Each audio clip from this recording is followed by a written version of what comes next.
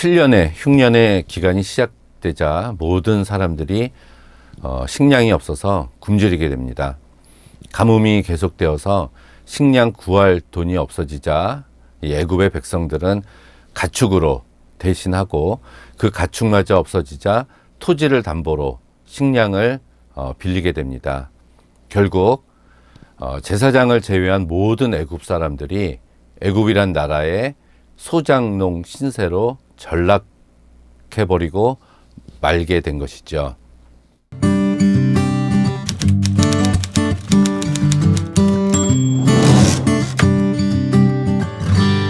이러한 요셉의 정책이 우리는 너무 가혹한 것이 아닐까라는 생각을 할 수가 있습니다.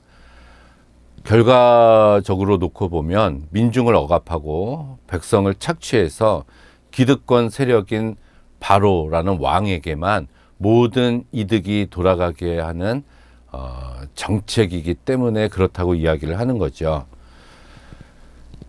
그렇지만 당시에 이 고대 사회에서 강력한 중앙 집권 체제와 왕의 절대적인 통치권이 필요한 이러한 왕정 시대였는데 바로 요셉은 바로의 절대적인 이러한 왕권을 강화시킬 목적으로 7년 동안의 대기근을 이용해서 제도적인 개혁을 단행한 것입니다. 요셉이 경제적으로 백성들을 바로의 예속물로 삼았다고 비난할 수도 있지만 오히려 백성들은 요셉의 경제 정책이 너그러웠다고 고백을 하고 있습니다.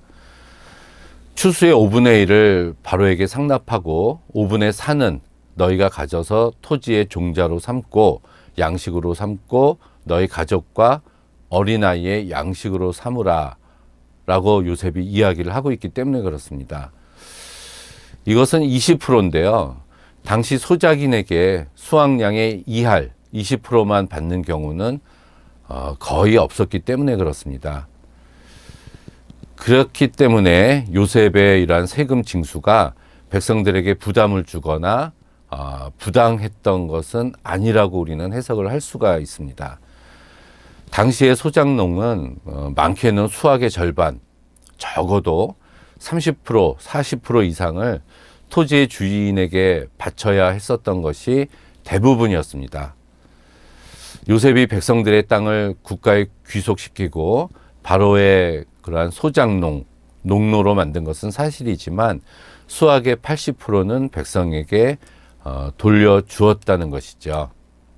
요셉은 기근이 닥칠 때 곡물을 무상으로 백성들에게 배급하지 않고 처음에는 돈을 받고 팔았고 후에는 가축을 받았고 마침내는 토지 그리고 그들의 몸과 교환을 했는데 이것은 사회 질서를 유지하고 백성들의 맹목적인 의타심을 배제시키려는 목적이 숨어 있었습니다.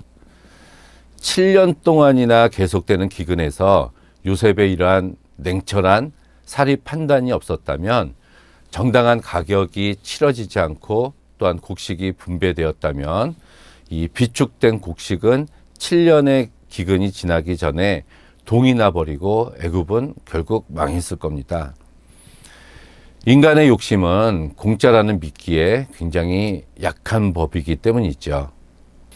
오늘날에도 천재지변이 일어나서 기근이 닥친 이 세계 여러 곳에 적십자나 자선단체들이 무료로 이러한 식량을 나눠주는 모습을 보면은 아주 굉장한 무질서를 볼 수가 있습니다. 식량을 실은 배급 트럭에 달려들어서 조금이라도 더 가져가려고 몸싸움을 벌일 때 힘없는 여자나 어린아이들은 맥없이 떨어져 나가고 건장한 남성들이 험악한 표정을 지으면서 약자들을 위협하고 식량을 독차지합니다. 그렇지만 애굽의 굶주린 백성들은 약탈당하거나 폭동을 일으키거나 상해를 입거나 목숨의 위협을 받지 않고 이 굶주림에서 벗어날 수 있었고 가족들을 지킬 수 있도록 철저한 규칙을 준수해서 요셉이 실현했기 때문에 애굽 백성들은 오히려 이 일을 감사하게 여겼습니다. 그것은 요셉을 수탈자가 아닌 구원자로 보았기 때문에 그렇죠.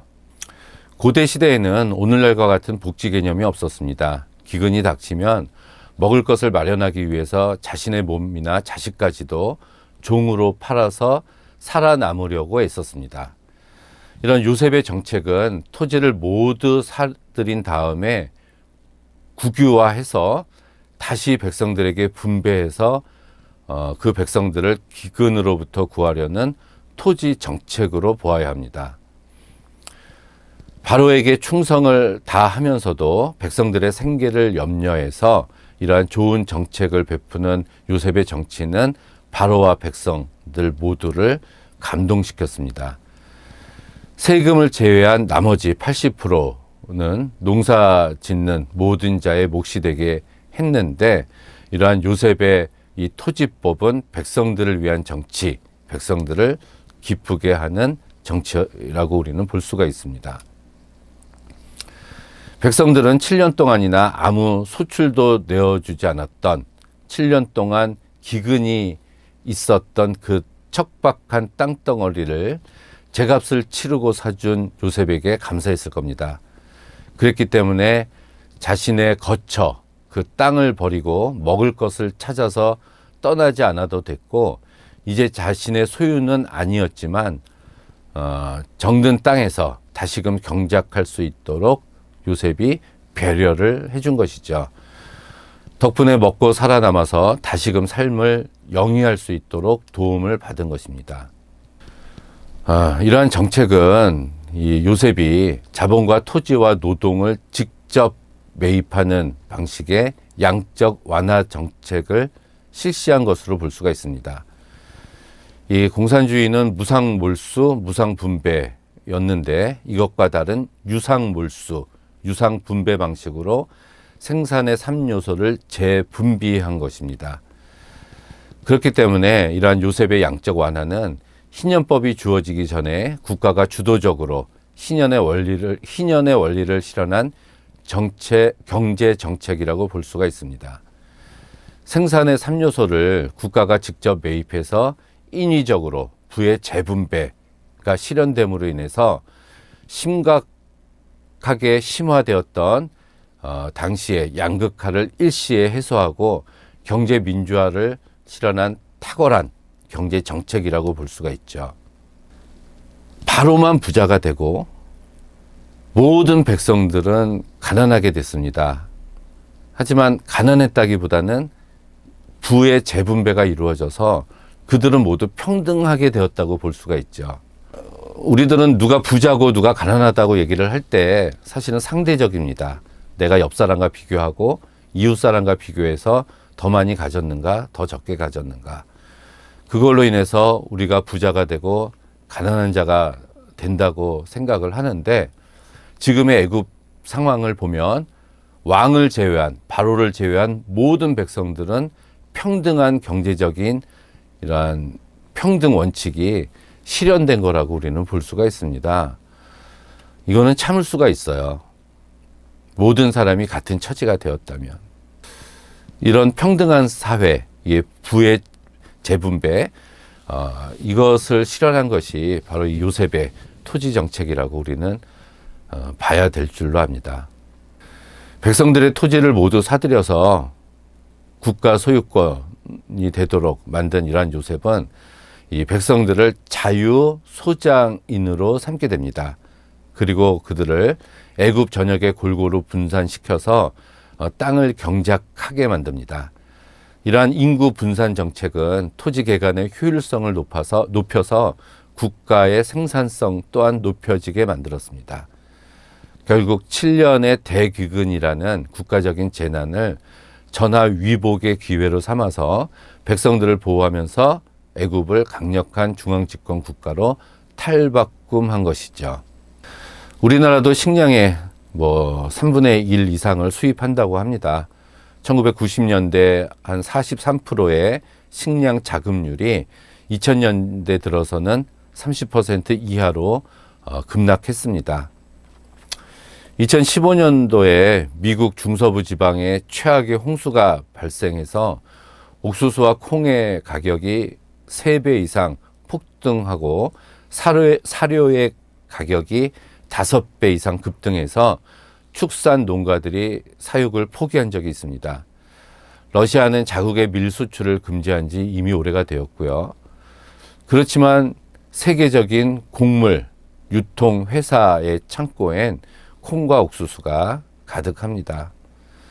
매년 6천만 명 이상의 아이들이 기아에 허덕이면서 사망을 하게 되지만 곡물 회사의 창고에 있는 곡식들은 썩어서 폐기할지언정 그들을 위해서 그거 창고에서 나와서 베풀어지지 않습니다.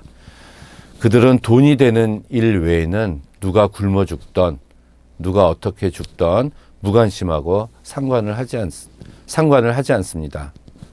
우리는 콩과 옥수수와 같은 이런 재배되는 곡물을 먹고 충분히 살 수가 있는데 사람들이 먹어야 될 그 많은 곡물들을 가축을 먹여서 그 조그만 소량의 고기를 얻는 일에 이 세계인이 몰두를 합니다. 식량이 되는 작물 대신에 돈이 되는 커피나 파인애플과 같은 기호식품을 생산하는 일에 하나님께서 주신 이 땅과 경작지를 사용하고 있습니다. 인간의 존엄이 돈의 가치에 따라서 평가되는 시대가 오늘날의 시대입니다. 그렇지만 요셉은 오늘날과 달리 그 고대의 그 옛날에 이 경제적으로 평등하게 될 수 있는 사회를 실현한 것이죠. 요셉은 흉년이 7년 동안 계속될 것을 정확하게 알고 있었습니다. 그래서 7년이 되던 해에 다음 해를 위해서 곡식의 씨앗을 드디어 제공하게 됐는데 그것은 그 해가 흉년의 마지막 해임을 요셉이 알고 있었기 때문입니다. 그래서 수확물의 5분의 1은 세금으로 바치고 그리고 그 5분의 4 중에서 첫 번째는 밭에 뿌릴 씨앗으로 사용하게 하고 두 번째는 농사 지은 자의 양식으로 사용하게 하고 세 번째는 집안 식솔들을 위해서 그리고 마지막 5분의 1인 네 번째는 미래를 위한 투자로 어린 자녀들을 위해서 사용하라고 명령을 합니다.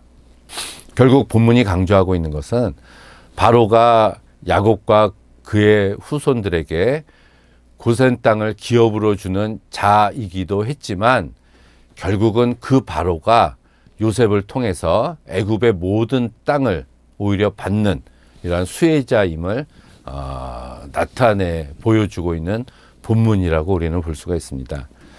결국 바로의 이런 선행과 아량에 초점을 맞추는 것이 아니라 하나님이야말로 바로를 축복할 수 있는 분이시고 지혜로운 정책을 통해서 그 시대를 살리는 분이시라는 것을 분명히 밝히는데 이 본문의 기록 목적이 있습니다. 이렇게 기근의 문제는 식량이 부족해서 일어나는 문제보다 이 식량의 이용권, 사용권을 누가 갖느냐에 달려 있습니다. 요셉은 명철하고 단호한 정책으로 식량의 균등 분배를 위해서 식구 수대로 모두 함께 오지 않으면 돈을 내도 식량을 팔지 않을 만큼 필요 이상의 식량이 돈을 가진 자들에게 쏠리는 현상을 방지했습니다. 현재 식량을 자급자족하고 남은 것을 수출하는 나라는 미국, 캐나다, 호주, 베트남 이 정도 등에 불과합니다. 70억이 넘는 인구 중에서 무려 10억의 인구가 굶주림의 고통을 받고 있는 이러한 현실 속에서 우리가 식량을 낭비하고 있는 것은 아닌지, 집에서 우리가 음식물 쓰레기 같은 것이 너무나 많이 나오고 있는 것은 아닌지, 또한 나에게 주어진 먹거리에 내가 얼마나 감사하면서 살고 있는지 우리는 회개하고 살펴보고 절제하는 삶을 살아야 됩니다. 그리고 지금 이렇게 모든 것이 풍요하고 먹을 것이 주변에 많은 이 시대에 우리는 더욱더 깨어서 다가올 기근을 준비하는 그러한 지혜가 아주 필요하다고 생각을 합니다.